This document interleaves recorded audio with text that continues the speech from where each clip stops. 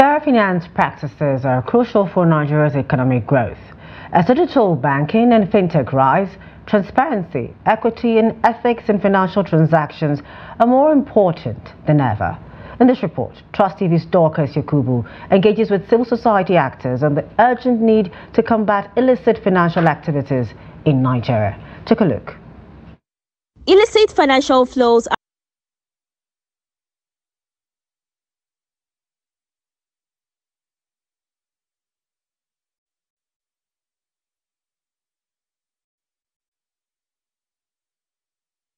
Illicit financial flows, IFFs, pose a major threat to Nigeria's development, worsening poverty, inequality and governance challenges. Civil society groups emphasize the urgent need to tackle IFFs while strengthening human rights, environmental, social and governance policies. From 2019 to date, that's close to about 5 to 6 years, Nigeria has lost over 800 billion naira to illicit financial flows through even oil and gas.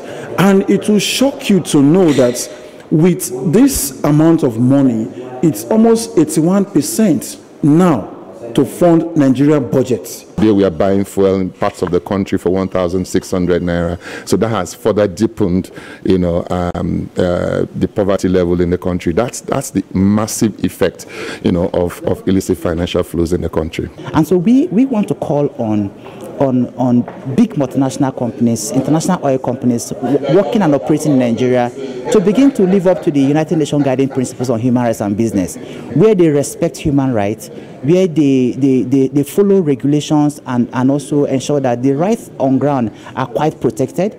While technology drives growth in the banking sector, civil society groups urge financial institutions to closely monitor transactions to ensure transparency and prudence in financial dealings. Solution service providers, Money Point and all of those. Now, you need to look at what happens there. A lot of people are moving out of the banks and a lot of flows are going out, within that space. That space is not being well monitored. It needs to be monitored properly. Stakeholders emphasize the need for anti-graft agencies to provide robust protection for whistleblowers, asserting that this is crucial for effectively combating illicit financial flows in the country. Before now, there's this whistleblowing policy, but the challenges we're having now is that there is no protection act. Whoever blows whistle, that person is on his or her own. So we are trying to see that EFCC should also ensure that if somebody is willing and able to share an idea where they could be able to recover billions of naira, the rights and life of that person should be protected. Fair finance practices are essential for building a resilient financial system in Nigeria. Despite ongoing challenges, the united efforts of regulatory bodies, financial institutions, NGOs and consumers can create a more equitable and transparent financial environment. By prioritizing these principles, Nigeria can boost economic stability, foster inclusive growth and enhance the overall quality of life for its citizens.